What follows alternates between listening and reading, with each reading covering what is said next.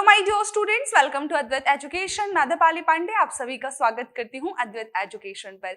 My dear students, जैसा कि respiratory system के बारे में हम देख रहे हैं, जिसका कि बेसिक फंक्शन हमने डिस्कस कर लिया है, किस तरीके से काम करता है, बेसिक फंक्शन क्या है, कैसे हवा एंटर करती है एयर बॉडी में एंड रेस्पिरेशन प्रोसेस एक्चुअल में किस तरीके से होती है। इसके बाद चलिए आगे बढ़ते हैं। आज देखने वाले हैं ऐसी कौन कौन से इंपॉर्टेंट पार्ट्स हैं रेस्पिरेटरी सिस्टम के जो एक अहम भूमिका निभाते हैं रेस्पिरेशन प्रोसेस में।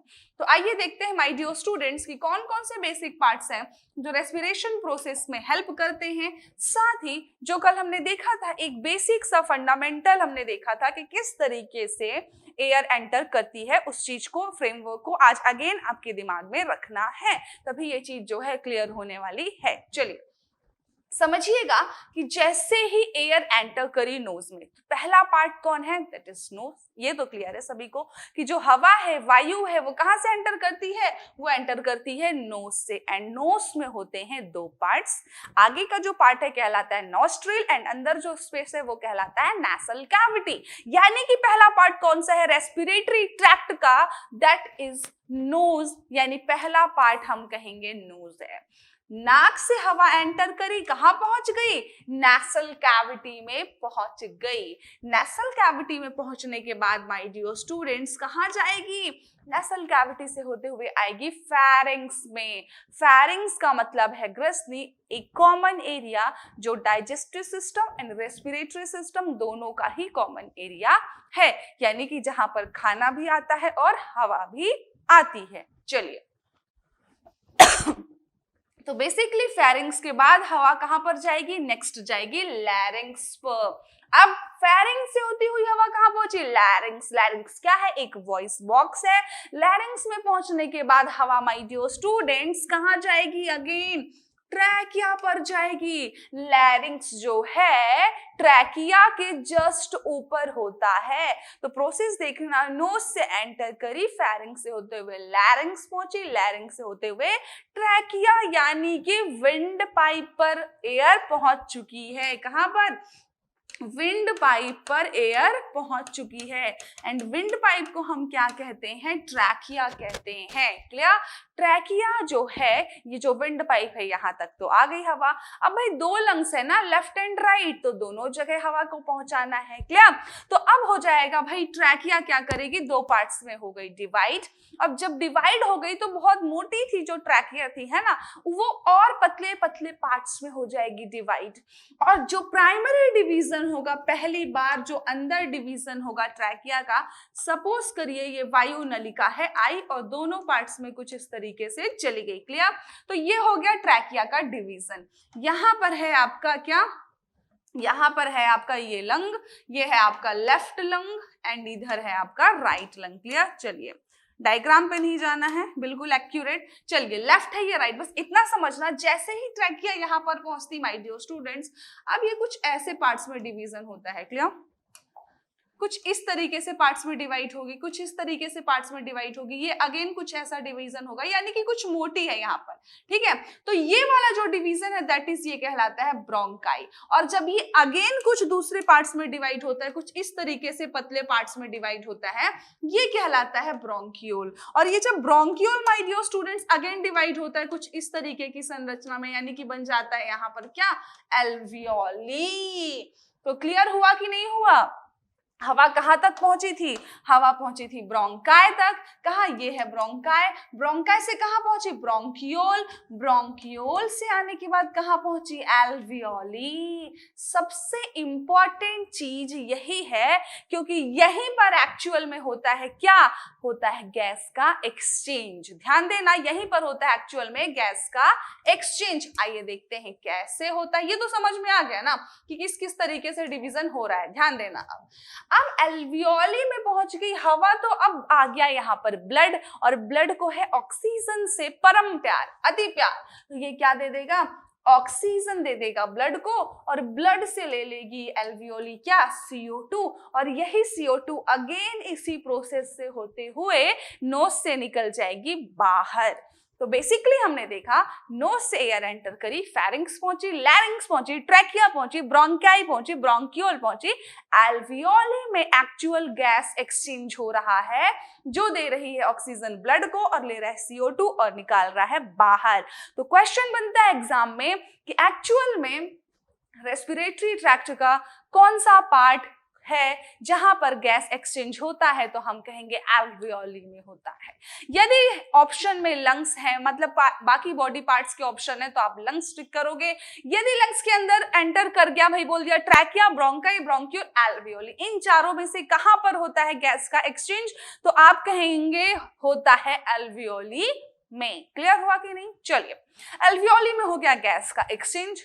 भाई इसने दे दिया ऑक्सीजन किसको? ब्लड को। अब ब्लड क्या करेगा? ब्लड फटाफट अपने काम में जुट जाएगा और पूरे शरीर में क्या कर देगा? ऑक्सीजन को फैला देगा, शरीर की सभी कोशिकाओं में ले जाकर के ऑक्सीजन को दे देगा ताकि फटाफट सेलुलर रेस्पिरेशन हो और हमें क्या मिल जाए? एनर्जी मिल जाए।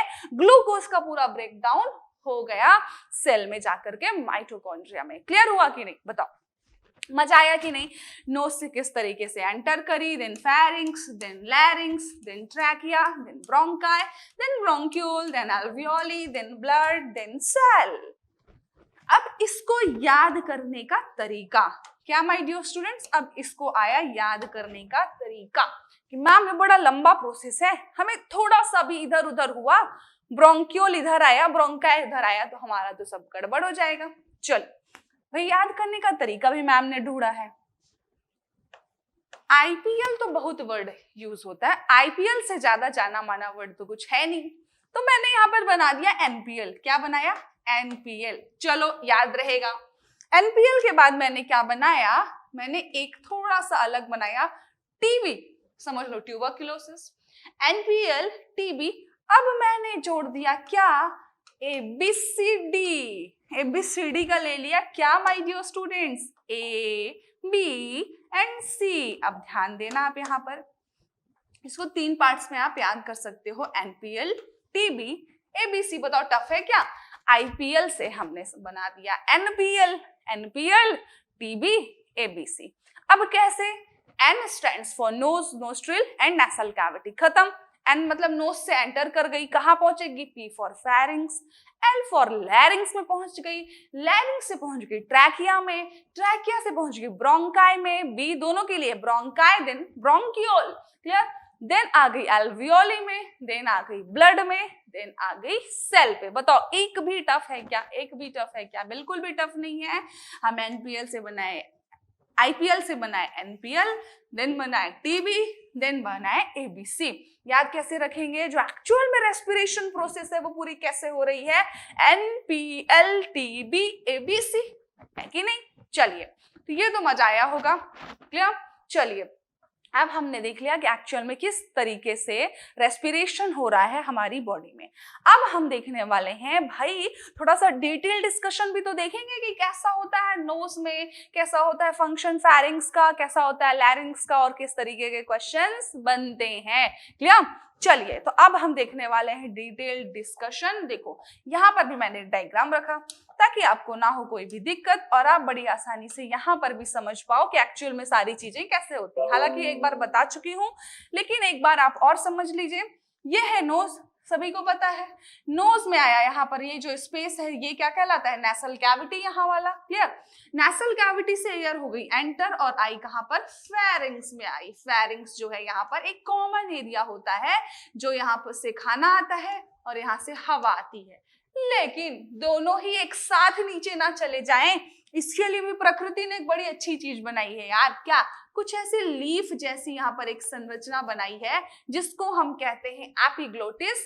एपिग्लोटिस क्या करता है? जैसे ही यहाँ से दोनों चीज आई, हमारा दिमाग सेंस करता है कि पहले क्या आ रहा है? खाना आ रहा है क्या? खाना आ रहा है तो खाने वाली पाइप को ओपन किए, खाना नीचे चला गया। हवा आ रही है तो हवा वाली पाइप को ओपन किए, हवा नीचे चली गई। क्लियर? दोनों को यदि एक्सचेंज हो गया तो आपको छींक आने लगती है, खांसी आने लगती है और खाना बाहर निकल जाता है। क्योंकि यदि विंड पाइप में खाना चला गया, भोजन चला गया, तो हमारी ऑक्सीजन का जो आना जाना है ना वो रुक जाएगा यार, और जिसकी वजह से इंस्टेंट डेथ भी हो जाती है ना। तो बेसिकली जो है एपिग्लोटिस यहाँ पर बहुत बड़ी भूमिका निभाता है, जो क्या करता है, एक बार एयर एंड देन भोजन को एंटर करने देता है। चलिए, एपिग्लोटिस के बाद एयर कहाँ पहुंच गई? जैसे ही एयर यहाँ से एंटर कर गई देन पहुंच जाएगी, यहाँ पर होता है वॉइस बॉक्स जिसको हम कहते हैं लैरिंग्स। और आप क्लियरली देख पा रहे हो लैरिंग्स जो है ट्रैकिया के जस्ट ऊपर है, क्योंकि ये जो पाइप आपको दिख रही है ये कहलाती है ट्रैकिया या विंड पाइप। यहाँ से होती हुई हवा आती है और दोनों लंग्स में चली जाती है।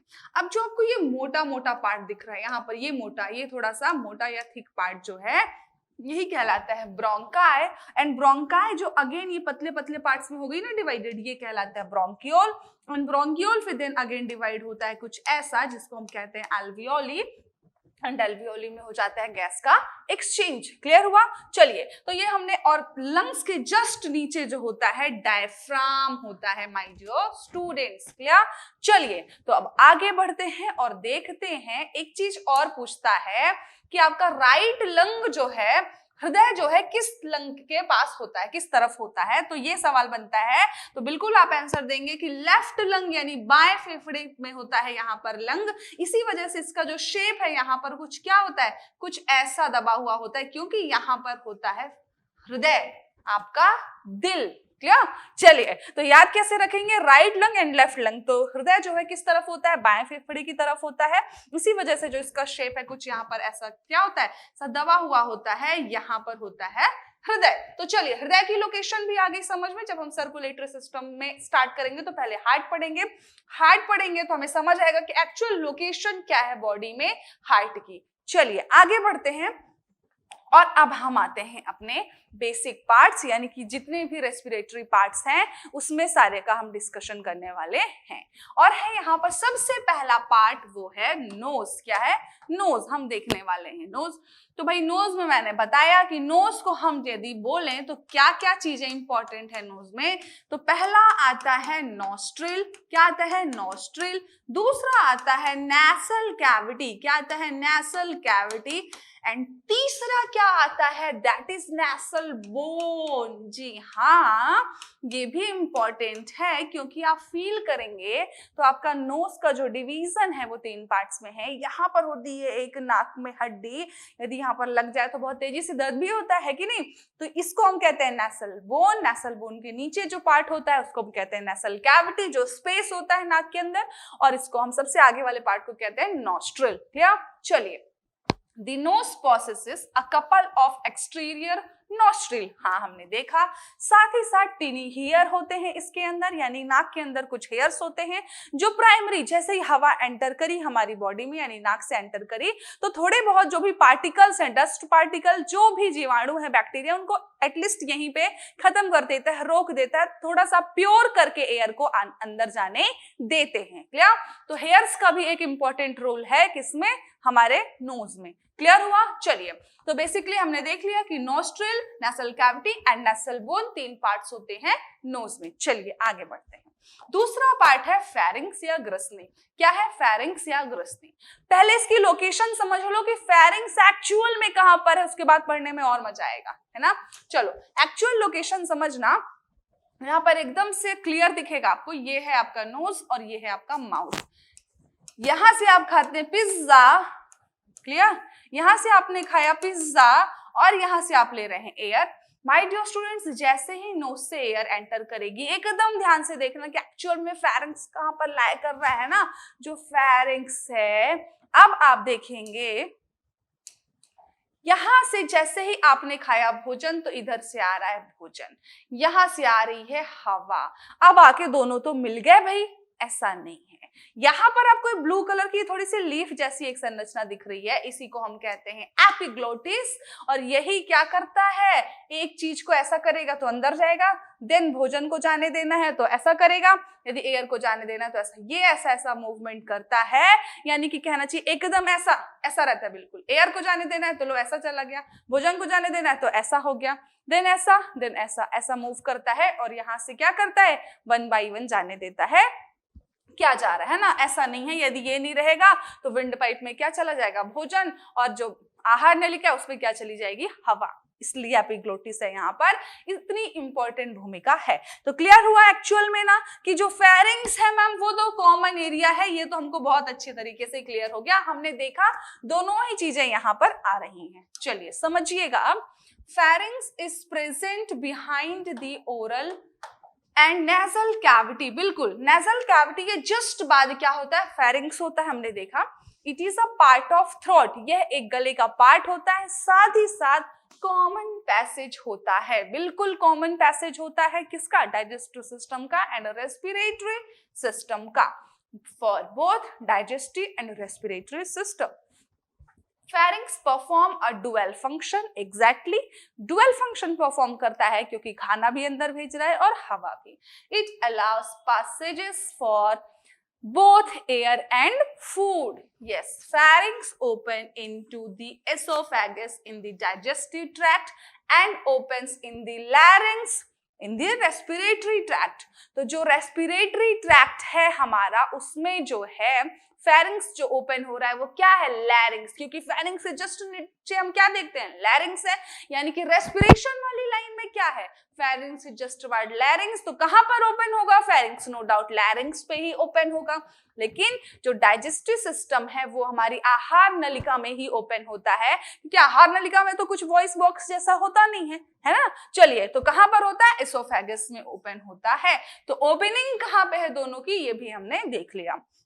Pharynx is also present in some of the invertebrates. The shape and size vary in different organisms. Exactly, shape and size vary करता है और invertebrates में भी पाया जाता है। Invertebrates का मतलब पता है ना, अकशेरुकी, यानी जिनके अंदर कंकाल तंत्र नहीं होता। Vertebrate and invertebrate दो जानवर होते हैं, दो तरीके के होते हैं। जिनके अंदर बोन्स होती हैं यानी कंकाल तंत्र होता है, स्केलेटन सिस्टम, वो कहलाते हैं वर्टिब्रेट। इनवर्टिब्रेट का मतलब है जिनके अंदर कंकाल तंत्र नहीं होता, लेकिन फेरिंग्स जो है उसमें भी प्रेजेंट होता है। It may be thick and muscular, rotated and turned outward. ये क्या होता है, मस्कुलर होता है, इसलिए क्या होता है, फ्लेक्सिबल होता है, मूव कर सकता है। क्लियर। चलिए, ये हमने देख लिया फेरिंग्स के बारे में। फेरिंग्स का डिस्कशन हो गया माय डियर स्टूडेंट, जिसमें हमने देख लिया कि फेरिंग्स की एक्चुअल में लोकेशन कहाँ है, साथ ही साथ ये एक कॉमन पैसेज है। दोनों ही चीजें देख ली, साथ ही हमें ये पता गया कि इसके नीचे जो एपिग्लोटिस होता है जो बाकायदा मूव करता है कि एयर अंदर जानी है या फूड अंदर जाना है, दोनों चीजों को हेल्प करता है मूव करने में, अंदर भेजने में। क्लियर। तो एपिग्लोटिस की यहाँ पर एक बहुत ही महत्वपूर्ण भूमिका है। साथ ही साथ इन दो, जैसे ही भोजन और एयर एंटर कर रहे हैं तो आप देख रहे हो कि ये कॉमन एरिया है। जो सबसे इंपॉर्टेंट चीज है, ये इस तरह से पूछ लेते हैं एग्जाम में, कॉमन एरिया क्या कहलाता है, फेरिंग्स कहलाता है या ग्रसनी कहलाती है। चलिए आगे बढ़ते हैं। अगला पार्ट है लैरिंग्स। लैरिंग्स जो है माय डियर स्टूडेंट्स कहां पर लोकेटेड होता है, अभी अभी हमने देखा कि फेरिंग्स की ओपनिंग कहां पर है, लैरिंग्स पे है। यानी कि लैरिंग्स जो है ट्रैकिया के जस्ट ऊपर और फेरिंग्स से जस्ट नीचे होता है। क्लियर। चलिए, अब यहां पर थोड़ा सा लोकेशन देख लेते हैं, ध्यान दीजिएगा। ये आपको नोज दिख रहा है, नोज में ये स्पेस जो है नेसल कैविटी है। यहाँ पर आएंगे तो यहाँ पर जो है कॉमन एरिया दिखेगा जो कि फेरिंग्स कहलाएगा। हमको देखना है लैरिंग्स। तो आप यदि देख पा रहे रेड कलर वाला जो पार्ट है ये कहलाता है लैरिंग्स। जो जस्ट नीचे है किसके, ये वाला पार्ट है ट्रैकिया एंड इसके ऊपर वाला पार्ट है क्या, फेरिंग्स। तो हमने देखा कि बेसिकली जो लैरिंग्स है वो कहाँ पर है, कुछ ये रेड वाला पार्ट जो है वो है लैरिंग्स। क्लियर। चलिए, तो अब क्या है, the larynx commonly called the voice box. बिल्कुल, हम लैरिंग्स को वॉइस बॉक्स भी कहते हैं। It is an organ in the top of the neck involved in breathing. Neck के एकदम टॉप में होता है, जो ब्रीदिंग प्रोसेस में भी इन्वॉल्व होता है, क्योंकि प्रोड्यूस करता है साउंड एंड प्रोटेक्ट करता है ट्रैकिया को लैरिंग्स जो है अगेन प्रोटेक्ट करता है ट्रैकिया को। धोखे से एपिग्लोटिस से यदि खाना आ भी गया और लैरिंग्स में पहुंच गया तो लैरिंग्स क्या करेगा, प्रोटेक्ट करेगा कि भाई ट्रैकिया में ना पहुंचे, क्योंकि ट्रैकिया में पहुंच गया तब तो हो जाएगी गड़बड़। क्लियर? तो एक अगेन यहां पर हमने क्या चीज देखी कि प्रोटेक्ट करता है कि ट्रैकिया में फूड ना पहुंचे। क्लियर? यदि धोखे से एपिग्लोटिस से होते हुए आ भी गया तो यहाँ ना पहुंचे। तो बेसिकली लैरिंग्स को हम क्या कहते हैं, वॉइस बॉक्स कहते हैं। एक्चुअल में जो लैरिंग्स है यहाँ पर वो कैसा दिखता है, कुछ इस तरीके से दिखता है। बेसिकली जो है हमारा वोकल कॉर्ड कुछ इस तरीके से दिखता है माय डियर स्टूडेंट्स, है ना, जो टिश्यूज का एक कहना चाहिए मस्कुलर फोल्डेड होता है दोनों तरफ से। अब देखिएगा इन ह्यूमंस हम इसको क्या कहते हैं, वोकल कॉर्ड्स भी कहते हैं, साथ ही साथ वोकल फोल्ड भी कहते हैं, या कि वॉइस रीड्स भी कहते हैं। क्लियर हुआ? are the folds of tissue in the throat। हमारे गले में टिश्यूज का एक फोल्ड होता है, एक फोल्ड ये और एक फोल्ड ये, है ना, टिश्यूज का फोल्ड होता है। That are the key in creating sounds through vocalization. यानी कि साउंड का जो क्रिएशन है बॉडी में वो किसकी वजह से हो रहा है, वोकल कॉर्ड्स की वजह से। वोकल कॉर्ड्स क्या है, तो एक्चुअल में ये एक मस्कुलर कहना चाहिए टिश्यूज के क्या होते हैं, फोल्डेड मसल्स होती हैं। Clear? The size of vocal cord जो होता है वो इफेक्ट करता है कि हमारी पिच कैसी होगी, हाई पिच होगी या लो पिच होगी। क्लियर? तो ये हमें ध्यान रखना है, ये भी क्वेश्चन बनता है। जो साइज जो है वोकल कॉर्ड का डिपेंड करता है पिच पे। क्लियर? यानी कि वोकल कॉर्ड का साइज कैसा होगा वो पिच पे भी डिपेंड करेगा, पिच हाई है या लो है। चलिए, the vocal folds are the located within the larynx at the top of the trachea. And yes, अभी हमने देखा कि जो लोकेशन है वोकल कॉर्ड की ट्रैकिया के जस्ट ऊपर है। क्लियर? चलिए आगे देखते हैं। जो इंपॉर्टेंट पॉइंट है वो है कि mails and females have different vocal fold size. दोनों का ही वोकल फोल्ड अलग अलग होगा क्योंकि दोनों के पिचेस अलग अलग हैं। यदि एडल्ट मेल की बात करें तो उनकी वॉइस यूजुअली लो पिच होती है। लो पिच होती है इसीलिए थोड़ी सी भारी होती है। क्लियर? भारी भारी आवाज होती है due to longer and thicker folds. जो फोल्ड्स होते हैं मस्कुलर वो थोड़े से मोटे होते हैं, इसलिए जो पिच है माय डियर स्टूडेंट वो लो होती है। तो जो मेल वोकल फोल्ड है वो एक्चुअल में कितनी होती है उनकी thickness, that is 1.75 centimetre to 2.5 centimetre. Clear? चलिए, वाइल फीमेल, जबकि फीमेल की जो वोकल कॉर्ड्स हैं वो कितनी होती है 1.25 से 1.75, यानी जो इसका मिनिमम था ये इनका मैक्सिमम पहुंचा। इसीलिए फीमेल्स की जो पिच होती है वो हाई होती है और उनकी वॉइस बहुत ही सॉफ्ट और बढ़िया पतली पतली होती है ना।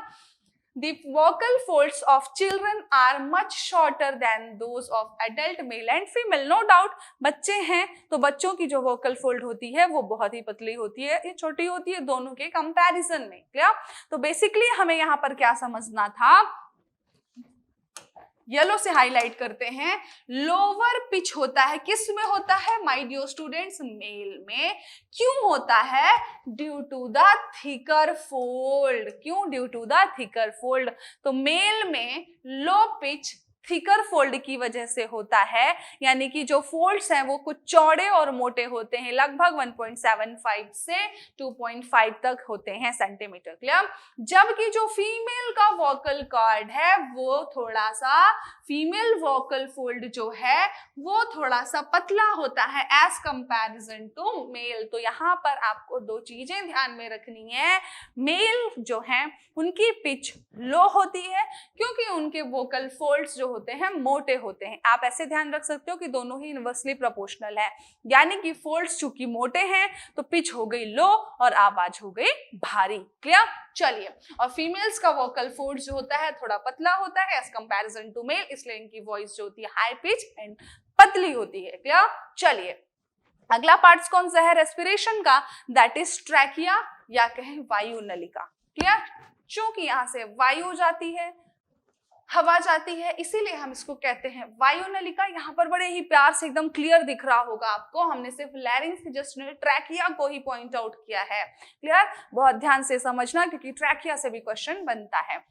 ट्रैकिया जो है commonly known as the windpipe. Yes, ma'am ने 100 बार बताया कि हम ट्रैकिया को विंड पाइप कहते हैं। Is the last tube that delivers air from the upper respiratory tract to the bronchi। Yes, हमने देखा कि जो ट्रैकिया है इसका मेन मुद्दा क्या है भाई, मेन काम क्या है, दैट इज लैरिंक्स से हवा को आने देती है और कहाँ, लंग्स में पहुंचाती है, कहाँ तक, ब्रोंकाई तक पहुंचाती है। The walls of trachea comprise C shaped cartilage ring. ये बहुत इंपॉर्टेंट है, यदि आप यहाँ पर ध्यान से देख रहे हो, यहाँ पर कुछ सी शेप की कार्टिलेज रिंग्स होती हैं, लगभग 16 से 20 कार्टिलेज रिंग्स होती हैं, जो इस ट्रैकिया को, वायु नलिका जो है इसको क्या होती है, यहाँ पर बीचों बीच, अब समझिए आप कोई पाइप है, उसके बीचों बीच ऐसी कुछ ग्रिप बनी हुई है, बहुत सारी ऐसे सी शेप की रिंग बनी हुई है। क्या करेंगी, पहली बात तो इसको होल्ड करके रखती है, दूसरी बात इसको आपस में चिपकने भी नहीं देती। यदि ये कुछ ऐसा सॉलिड सा, ये जैसे कार्टिलेज यदि नहीं होंगे, कुछ सॉलिड यहाँ पर नहीं होगा, तो ये नॉर्मल पाइप है, हवा नहीं आई 2 मिनट के लिए, चिपक जाएगी, फिर क्या करोगे आप, कैसे हवा लोगे, है ना।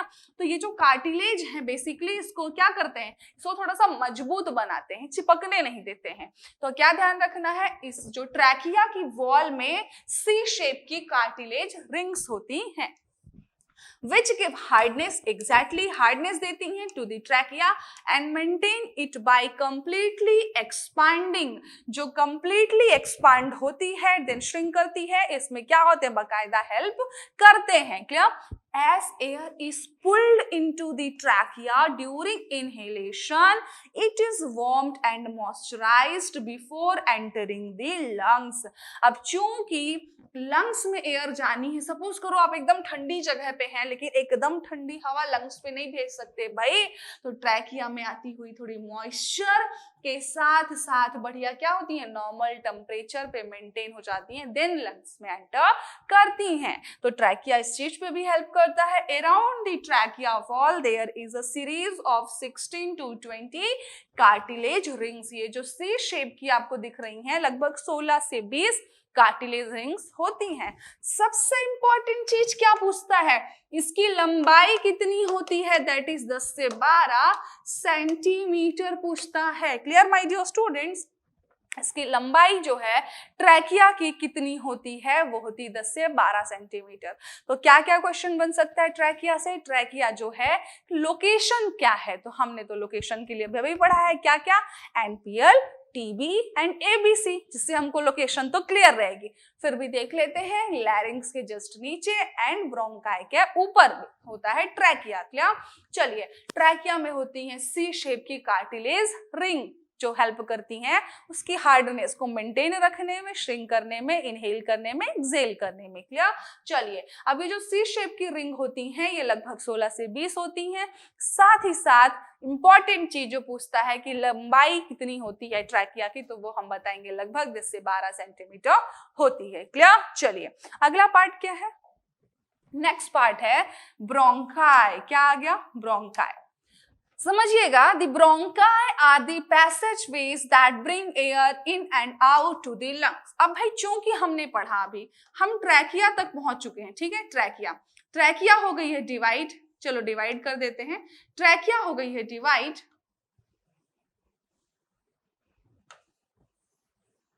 चलो ठीक है, लेफ्ट एंड राइट लंग हमने बना लिया, दोनों में हो गई डिवाइड। ये है आपका लेफ्ट लंग, क्या है, लेफ्ट लंग, और ये है आपका राइट लंग, क्या है, राइट लंग। क्लियर, चलिए भावनाओं पे मत बहना कि मैम एकदम एक्यूरेट यहाँ पे हार्ट वाली जगह भी नहीं है, सब बनाएंगे अपन आराम से, ठीक है। अभी सिर्फ आप लंग पे फोकस करो, ठीक है। अगला डिवीजन अपन देखने वाले हैं, अब यहाँ पर ध्यान से देखना, जैसे ही आई ये ट्रैकिया आई, 2 पार्ट्स में हो गई डिवाइड। तो ब्रोंकाई क्या है, ब्रोंकाई है ये जो अगेन डिवाइड होगी, कुछ ऐसे पतले, इतनी मोटे से ये पतली हो जाएगी। क्लियर, ये पतले, ये और गए एंड देन ये और पतले। क्लियर, ये इधर गया कुछ इतना पतला में, ऐसे, यानी पतली पतली नलियों में हो गई डिवाइड। और जो प्राइमरी डिवीजन है यही कहलाया ब्रोंकाई। तो सिर्फ इससे यही क्वेश्चन बनता है कि ब्रोंकाई क्या है। तो ट्रैकिया जब पहली बार डिवाइड होती है वो कहलाता है माय डियर स्टूडेंट्स ब्रोंकाई। अब ब्रोंकाई ना कुछ इस तरीके से और डिवाइड हो जाता है, कुछ इस तरीके से और डिवाइड होगा, जिसको हम कहते हैं क्या, ब्रोंकियोल। क्या कहते हैं, ब्रोंकियोल। तो ब्रोंकियोल जो हो गया दूसरी बार डिवीजन कहलाया, तीसरी बार फिर से डिवाइड होगी माय डियर स्टूडेंट्स क्या, ये ब्रोंकियोल, जो कि कुछ इस तरीके से संरचना में होगा। यानी कि ब्रोंकियोल जो ऐसा डिवीजन हुआ वही कहलाता है एल्वियोली। तो अभी एल्वियोली हम अगले उसमें पढ़ेंगे पार्ट्स में। बेसिकली तो हमने ये समझ लिया कि जो लंग्स है, लंग्स के अंदर trachea I, bronchi and bronchiole में किस तरीके से डिवाइड हुई। तो ये तो हमने देख लिया कि जो ब्रोंकाई है वो पैसेज वे होती है, यानी ब्रोंकाई जो है वो ट्रैकिया से आने वाली हवा को लंग्स के अंदर लाती है। The tubes of the primary bronchi branch of from the bottom of the trachea. Exactly trachea की जस्ट बाद जो डिवीजन है, जो नली है, वही है आपकी क्या, ब्रोंकाई। द ब्रांचेस सब डिवाइड फर्दर इनटू ब्रोंकियोल। अब ये जो ब्रांचेस थी ग्रीन वाली, अगेन पर्पल ब्रांचेस में डिवाइड हो गई, जिसको हमने कहा ब्रोंकियोल, एंड ब्रोंकियोल जुड़ा हुआ है एल्वियोली से। तो अगला पार्ट क्या देखेंगे हम, एल्वियोली। चलिए, लास्ट कहना चाहिए जो है इसका पार्ट वो है एल्वियोली। एंड एल्वियोली किस तरीके से काम करता है वो यहाँ पर ध्यान से आपको होगा समझना। क्लियर? चलिए देखो, अभी मैम ने बनाया था कुछ इस तरीके से, ऐसा अंगूर जैसा, ये आई यहाँ पर और ये है, ये जो गोले गोले वाले दिख रहे हैं ना, ये है आपका एल्वियोली। क्लियर? और जो निकलते किससे, यानी एल्वियोली जुड़े किससे होते हैं, दैट इज ब्रोंकियोल से जुड़े होते हैं। तो the alveoli are where the lungs and the blood exchange। यही सबसे इंपॉर्टेंट पॉइंट है यहाँ पर कि alveoli में ही गैस एक्सचेंज होती है my dear students. Clear? Gas exchange होती है oxygen and CO2 during the process of breathing in and breathing out. Clear? Oxygen breathed in from the air and passes through the alveoli into the blood and travels to the tissues throughout the body। यानी कि जो alveoli है ये क्या करेगी, यहाँ पर आएगा ब्लड, और माय डियर स्टूडेंट्स alveoli ने दे दिया ऑक्सीजन किसको, ब्लड को, हीमोग्लोबिन को, और ले लिया क्या, CO2, और अगेन क्या हो गया, एक्सेल हो गया। और ये ऑक्सीजन ब्लड में कहा जाएगी, ब्लड से जाएगी टिश्यू में, ब्लड से जाएगी ऑर्गन में, हर एक ऑर्गन में पहुंचेगा ब्लड वो लेकर के ऑक्सीजन, ऑर्गन से पहुंचेगा टिश्यू में, टिश्यू से पहुंचेगा हमारे सेल में, और सेल के माइटोकॉन्ड्रिया में जाके स्टोर हो जाएगा पावर हाउस में। क्लियर? चलिए, एल्वियोली को हिंदी में कहते हैं वायु कोष्ठिका या वायु कूपिका। कूपिका का मतलब है कि कुछ ऐसा जिसके अंदर कुछ स्टोर टाइप हो, तो आप इसका शेप भी देख पा रहे होंगे, इसलिए इसको वायु कूपिका भी कहते हैं, क्योंकि यहाँ पर वायु आती है और एक्चुअल में जो गैस एक्सचेंज होता है वो एल्वियोली में होता है। तो सबसे ज्यादा क्वेश्चन यदि पूछा जाता है तो एल्वियोली का यही क्वेश्चन पूछता है कि गैस एक्सचेंज एक्चुअल में किस पार्ट में होता है। क्लियर? तो ये बेसिक पार्ट्स थे माय डियर स्टूडेंट्स कि किस तरीके से वायु आई और एक्सचेंज हुई और ब्लड तक पहुंच गई। क्लियर? चलिए, तो ये था basic discussion my dear students. आज हमने पार्ट्स भी देख लिए कि रेस्पिरेटरी ट्रैक्ट किस तरीके से काम करता है। अब हम कुछ क्वेश्चंस देखेंगे कि रेस्पिरेटरी सिस्टम से किस तरीके के क्वेश्चंस एग्जामिनेशन में पूछे जाते हैं। तो बने रहिए हमारे साथ अद्वैत एजुकेशन के साथ। Thank you so much.